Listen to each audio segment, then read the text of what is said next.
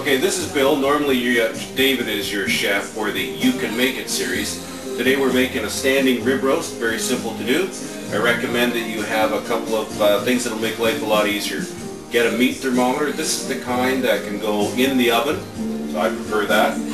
I would get a custom roasting pan. You can use the one that came with the oven, but I would rather use this. I also like to put some water in the pan. Probably not necessary, but I find it helps with the drippings. We're also going to use some Montreal steak spice today. So I like to start by covering the roast in some butter or margarine. When you place the roast in the roasting pan, have it fat side up. So here's the fat on this roast. I'm going to place it fat side up, and that way when the roast is cooking, so before you start, you should have your oven preheated. I like to have the oven at 350 degrees. You can also start off a little bit higher, say 425, 450, and lower it to 350, but I like to have it 350 throughout. So I've now slathered the roast with margarine, and I'm putting on some Montreal steak spice. The nice thing about this particular spice is it's already pre-mixed and has tons of garlic in it. So I have tried making a roast with garlic cloves sliced and placed into slits in the meat, and that works well too. But the last time I did that with the Montreal steak spice, there's way too much garlic. So I'm just going to go with the Montreal steak spice this time. So this particular roast is a 3-pound standing rib roast. Up to you as to which cut, but that's one of the favorites.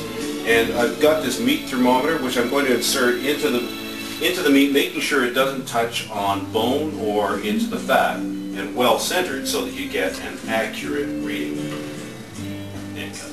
Alright, so we're all set to pop the roast in the oven.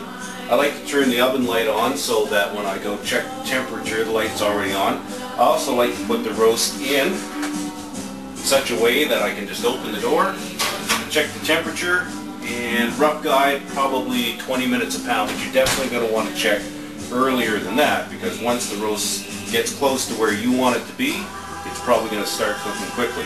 We're going to be cooking it to medium rare today, so I'm following the guide on the meat thermometer. So being the lazy cook that I am, we're going to do some very easy vegetables today. These are frozen green giant vegetables. I also like the ones that are boil and bag and the like. We've also got some nice buns. We're going to have a glass of wine with dinner and enjoy to make gravy afterwards. One of the easiest ways to do this is to have something pre-mixed.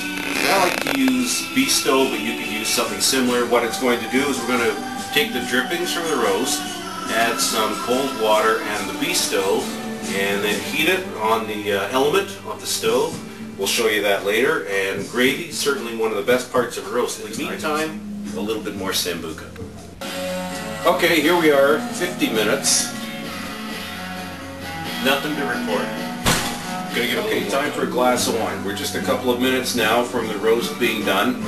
I'd like to point out that if there's any particular theme to what we're doing today, it's got to be laziness. The vegetables are frozen, easy to do. The gravy we're going to make from a mix, and the roast, what was it? We bought a roast, we covered it in a little margarine and some Montreal steak spice, put it in the oven with a meat thermometer in it. It's very simple to do, but it's going to be a great recipe. Okay, so let's have a quick look here. Perfection. All right. So according to my meat thermometer, we're now at medium rare, which is just right for me.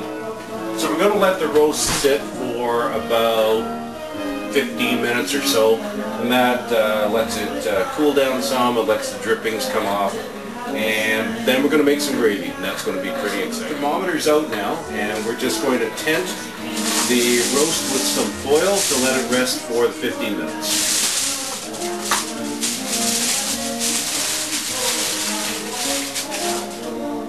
Okay, time to make gravy. We've removed the roast from the pan, and we're going to follow the instructions, and believe me, I talk from experience. Follow the instructions. I did try to make gravy once using hot water instead of cold water like the instructions call for. Use cold water. So we're going to add a cup of cold water to the pan with the drippings, and then onto a burner with some heat.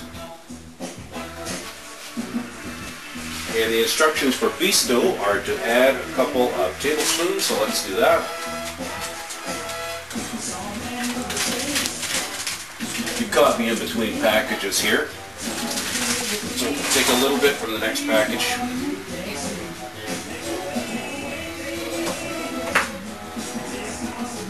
If there's any secret to gravy, it's to keep stirring it the whole time you're heating it.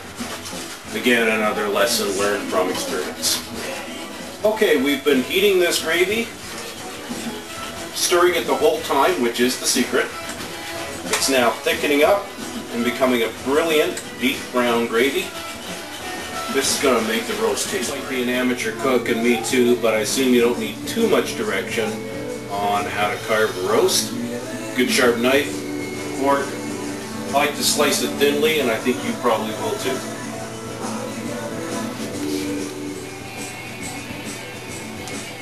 Okay, so here we are sitting down to dinner.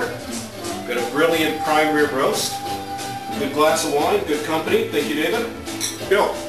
And we have yet to put the gravy and the veggies on the table, but that's the next thing. And bon appetit.